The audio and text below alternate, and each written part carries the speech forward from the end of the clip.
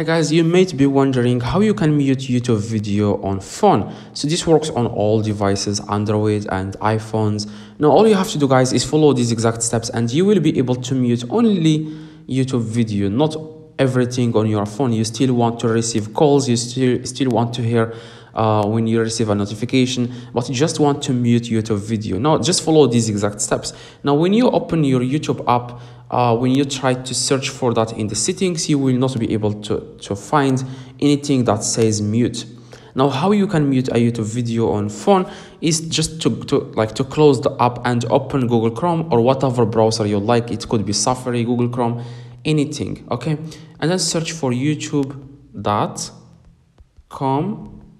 Now after guys you search for youtube.com, you want to click on three little dots at the very bottom right, and then you want to just scroll down a little bit and click on request desktop site. Now after guys you click on request desktop site, you want to just search for any music. Now for example, let's play this video. It's it's Quran. Now let's say that you want to mute this video, you want to play it but you want to mute it. Now if you click on it, you just want to click this speaker in the top right, and that's how you can mute it. If you don't find it here, just click here where you can increase the audio. Just click it and you will be able to mute it, as you can see.